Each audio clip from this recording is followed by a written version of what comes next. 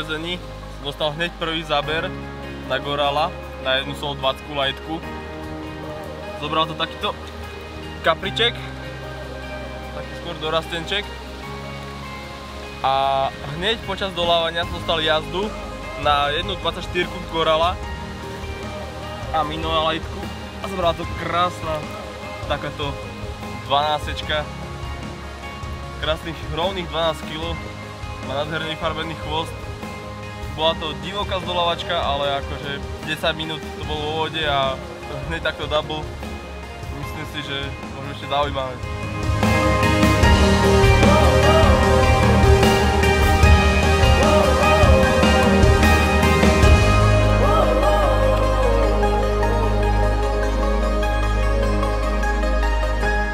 Tak máme tu opäť ďalšiu rybku, asi také 2 hodinky po tom dubli.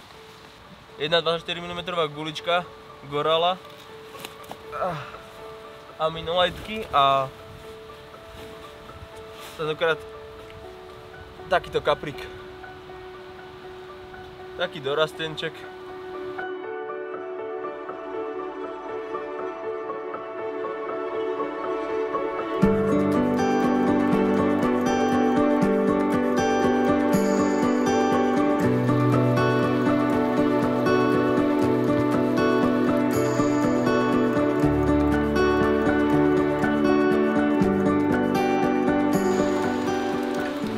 Tak opäť sa vám ozvala po nejakých 2 hodinkách unica spod brehu.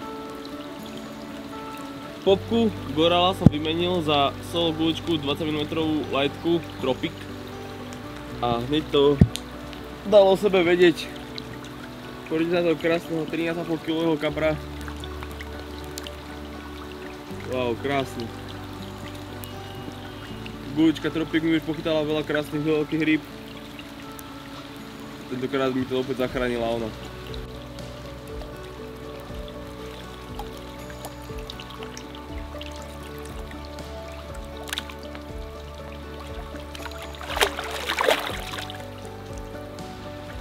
Takže hlasujeme sa vám po poslednej rybačke s tým, že hneď večer sme to museli zbaliť. Žiaľ, po nepriazní počasia hrozne pršalo, to začalo aj hrozne moc fúkať, vtedy akurát boli tie povodňové stavy celý ten víkend, takže kvôli vlastnému bezpečiu sme to zbalili. A po 2 týždňoch sme nás opäť vrátili, len na jednu noc a na pár hodín ešte počas dňa. Nachytali sme tu za túto noc nejakých 15 rýb, alebo 14, teraz neviem presne. Najväčšiu sme mali 15,5 kg.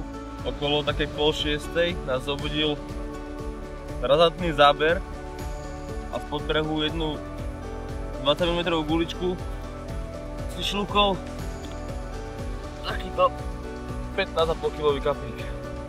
1x20 Golem S lightka. Za mňa čo vidíte jazero, máme to sumcové, to väčšie. To sa bude teraz najviac sústrediť majiteľ, aby ho spravil ako súkromný revír sumcový. Sú tam samozrejme aj kapre, môžete tam loviť aj kaprov úplne v poriadku. Sú tam viac menej väčšie kusy tých kaprov, len trošku menej, ale máte sa na čo tešiť, lebo čo sme počuli od správcu, tak majú sem prísť ešte nejakí albíni plus aj veselnosy, takže bude to úplne paráda. Tu na okolí neviem o žiadnom jezere, kde by boli nejakí veselnosy alebo albíni, sumci a vlastne celkovo súkromný revír. Takže na menšom jazere máme hĺbky približne od nejakého metra až do nejakých 3,5. Je to taká postupka vlastne odzadu, jak sú spojené jazera, je tam taká chata, tak z tej strany vlastne máme hneď nejaký meter lavicu, potom máte pekne postupne zrazu znovu zraz, tam máte nejaké 2 metre, 2,5. A máte znovu lavicu a potom dáme už do nejakých 3,5 metra hĺbka. To sa potom ťahne viac menej až dopredu, ku čarde. Čo sa týka nejakých prekážok, tak prekážka je akurát tak okolo čardy, keďže čarda je vlastne veľká chata, ktorá má molo a sú tam, neviem, asi 2 alebo 3 stĺpy vo vode, čiže je tam riziko, že vám tam tá ryba zaplave, takže treba s tým rátať a prispôsobiť k tomu už lov. Potom je tu ešte vpust, lebo napríklad aj v lete, aby sa proste prekysličovala tá voda, tak tu pripúšťajú vodu.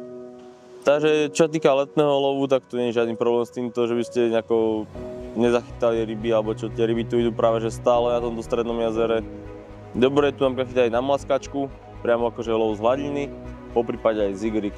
Je to malé jazero, s člnom sa sem nemôže, takže už jedine iba z pombu, marker, poprípade závažacú loďku. Čo sa týka váhovej kategórie rýb, tak tie najväčšie kusy, čo tu pochytali, tak bolo tu pár kaprov cez 20 kg chytených, aj na strednom, aj na veľkom jazere.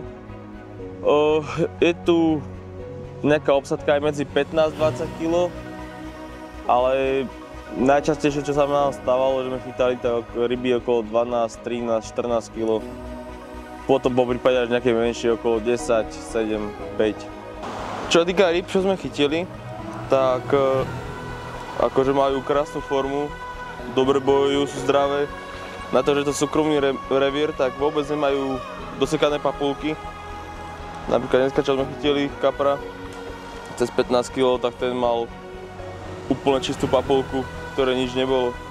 Tak pri balení nám prišiel posledný záber rozlúčkový. Nebude to sice veľká rybka, ale je to rozlúčková. Je to najmenší kaprík, ktorý sa nám podaril. Ale je to úplne jedno, pretože je to krásna žltá rybka vyfarbená v žltých jesenných farieb. Takže ja som maximálne spokojný.